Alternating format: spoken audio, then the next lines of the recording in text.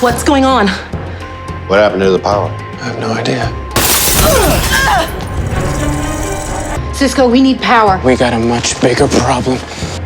Cicada? How the hell did that happen? I don't know, but he's coming here and he looks pissed. We have to move now. I've got to keep patching him up.